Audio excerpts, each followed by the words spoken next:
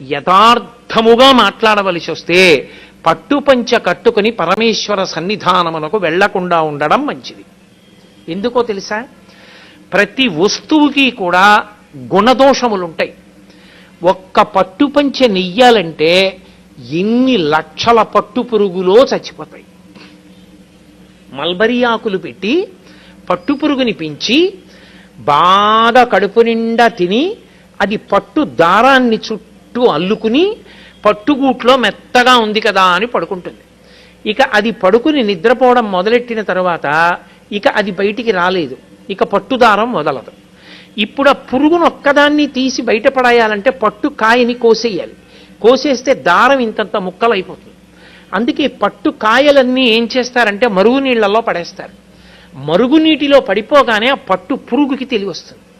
అది బయటికి వెళ్ళిపోవాలని దారాల మధ్యలోంచి వెడుతున్న మరుగునీటికి శరీరం ఉడికిపోతుంటే గిల గిల గిల గిల కొట్టుకుంటుంది. కొట్టుకుని బయటికి వెళ్లే మార్గం లేక తానల్లుకున్న గూట్లో తానే చచ్చిపోతుంది. చనిపోయిన తరువాత పట్టుకాయని తీసుకొచ్చి కండికి పెట్టి తిప్పుతారు. తిప్పి దారాన్ని యువతలకి తీసేసి ఆ పట్టు కాయని దాంట్లో ఉన్నటువంటి పురుగుని వీధిలో పారేస్తారు. పశువులు తినేస్తాయి.